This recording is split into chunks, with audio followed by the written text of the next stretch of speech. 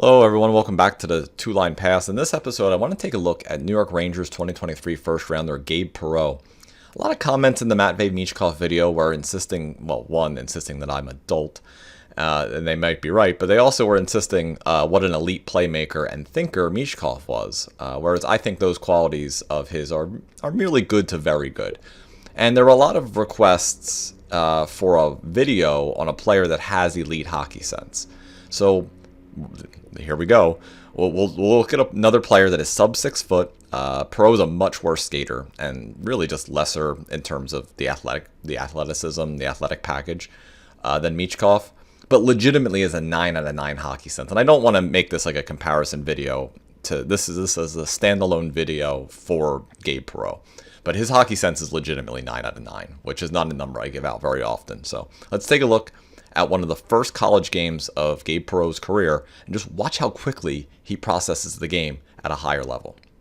All right, first shift here. Nice wide lane setup, managing the dot line, but also allowing player 6 a chance to put it in front of him to skate into the entry. The blue line here is the extra half D-man that you have to sort of account for.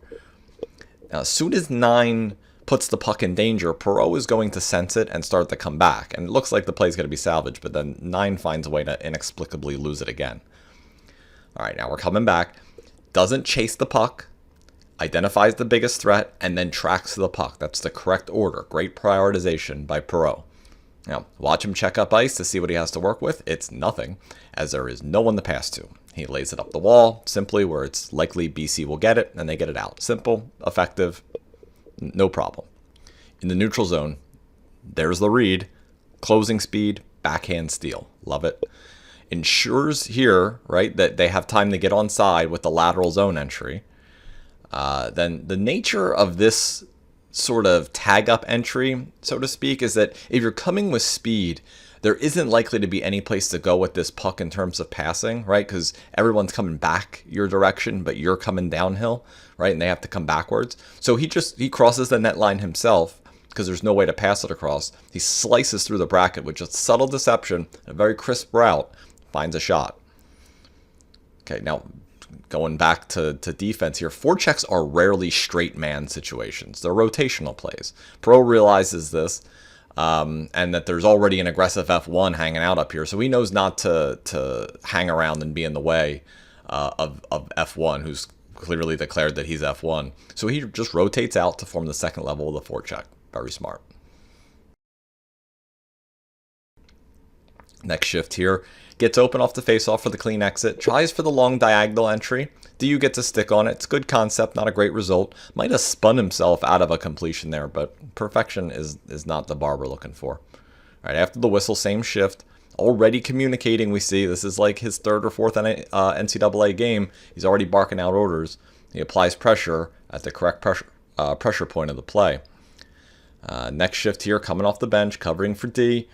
It's a one-man situation, so he's instinctively shading over smartly to put the clamps on. Skating backwards is not really his bag, but he makes the necessary adjustments to be in the play.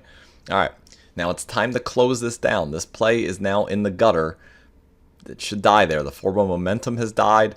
Perreault sees he has backside support, so he can get some pressure up the ice. I think he could probably be a little better in terms of the angle here, but he jumps up and takes the giveaway, and it's tough for him to do anything. I shouldn't say it like that. It's tough for him to do too much from a standing start, so it ends up getting regurgitated back to DU for an offside play. All right, next shift here. Takes a slow pass on the wall. Now, he's not explosive at all from a skating perspective, so you have to really be clever and just build subtle victories. Now, remember, the game is made up of milliseconds. The best players steal them from the worst players and then use them against them.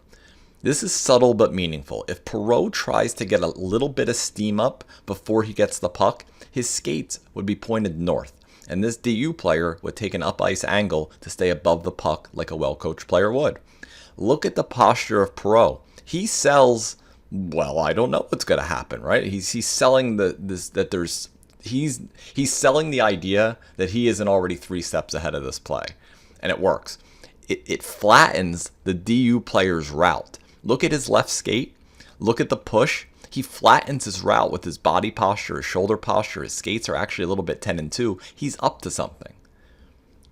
Now, if his skates are up the ice, the angle changes. This pass gets deflected away, no question. But he stole the milliseconds, he kept the lane clear, and once again, great conception of a pass, diagonal exit, flips the ice on the opponent, generates speed in the free lane. Now we just got to check the execution. Money. Okay.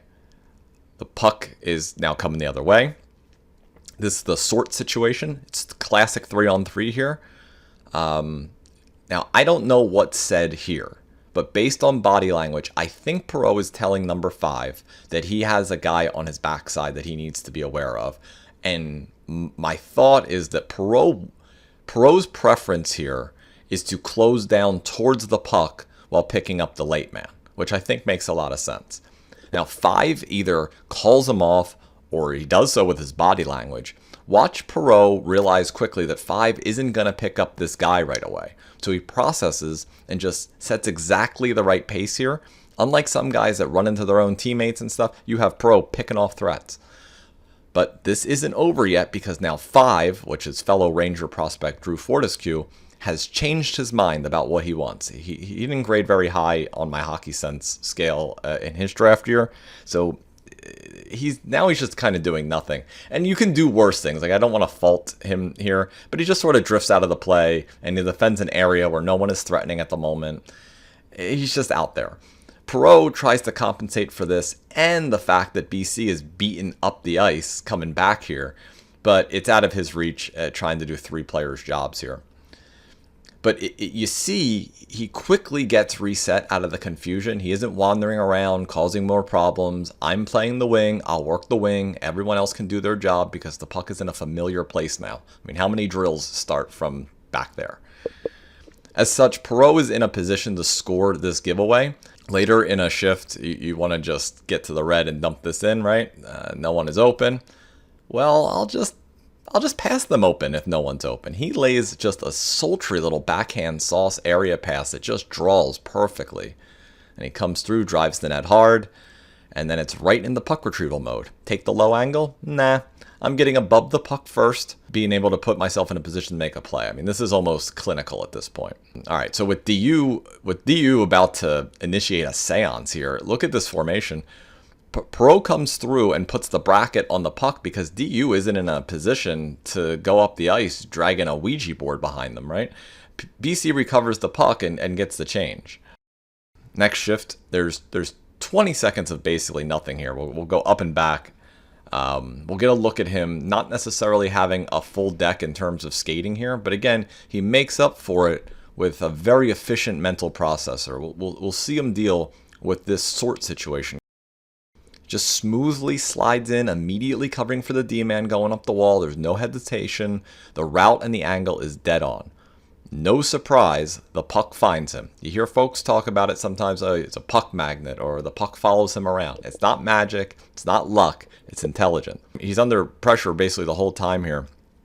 Does he just get rid of the puck? Does he invite speed into a teammate's lap? No and no. He holds it as long as he can to lure 3 DU players close to him. Then he moves it to a player who is now moving in stride. It's details, details, details. That's how you get consistent success.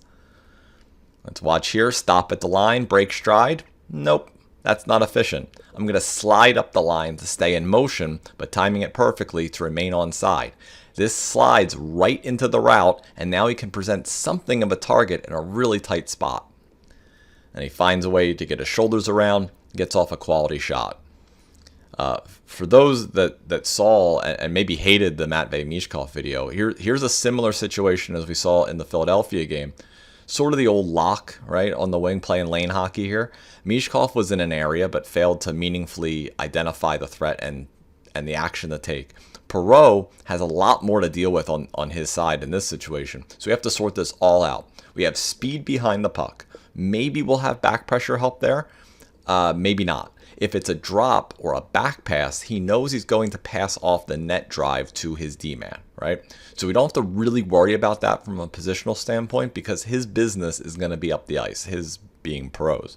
That's the lowest threat at the moment. Then there's the kick out, and that's going to be him all the way. That's going to be Perreault's job all the way. The thing about kickouts is that they come from a stationary point of view. They're way outside. So it's his, but he can track to it if it happens. It's a medium-low threat. Now, the right-hander is going to try to set this up to cut through Perreault and this D-man, as opposed to just splitting the D, which is harder, right? Attack the forward, which is smart. Watch as he loads up the D-man on the inside here, so you can see the weight shift. So all of a sudden, we have a big threat here. Perreault protects the backside of his D-man here and says, I'll take that. Done. Right? Or so it seems. Job isn't done, though. Sudden change creates all kinds of exploits. This D-man has to pivot and turn back to compensate for the speed. Seems like a good target to attack, right? A D-man that's turned around. The guy can't see what's going on, right? I'd go there. Bingo. Leads to a nice opportunity. So you can already see why this player had 41 assists in 36 games as a freshman. 60 points is a big number for any season. It's a huge number for a freshman. And we'll have some time here near the net, fighting to get open. Not the strongest, not the best contact balance that you'll find, but there's some willingness to play in traffic. Like, he knows where he needs to go to participate in hockey. Puck's going to come out of the zone. This looks like Ryan Leonard putting the clamps on here, not unusual. Perreault, aware of everyone, where everyone is on the ice. Poised, one touch, accurate playmaking to get a quick zone entry that partially flips the ice. He's going to try to make the move inside here. Doesn't quite work out. Eventually, it looks like this play is finally going to die. We're also way late in a shift here, but he still has enough left to try for a Datsukian puck jacking before he heads off. So sometimes when you evaluate a player, sometimes you see something in a shift and it's a bit of a red flag, and you note it and you go, I'm going to check on that and see if it shows up elsewhere, see if it was just a fluke. This shift is, I don't know, what's the opposite of a red flag? A green pole? This shift has a lot of really high level positive green going on. Here's a pass from the boards to the middle. It's right on the tape. See, he'll fight for inside positioning here so that he's an option for a troubled puck carrier. Sudden change for DU. Not so fast. Perreault with the stick lift again. All right, one more clip from this game. Remember, this is an 18-year-old playing in one of his first NCAA games. We got heavy back pressure. And look at this two-touch geometric dish. That is Michelin star meal right there, is it not? I mean, that's a great, great pass. And, you know, you'll see some sequences from the Frozen Four late in the season play here where he just continues to show how high his hockey IQ is. And I know I showed a lot of passing plays, and that is his preference to be a setup man, but he actually has balanced attacker upside too. There's, you know, shooting is in this family's genes. He can really shoot it. All things being equal, you really want a balanced attacker as opposed to a player who can only do one thing. As long as the skating and athleticism holds up, this is a brilliant hockey player with a lot of skill. I don't like to use the word steal, but at 23rd overall, it's a whale of a bargain for the New York Rangers. This is what elite hockey sense looks like. Thanks for joining me on the two-line pass, and I'll talk to you next time.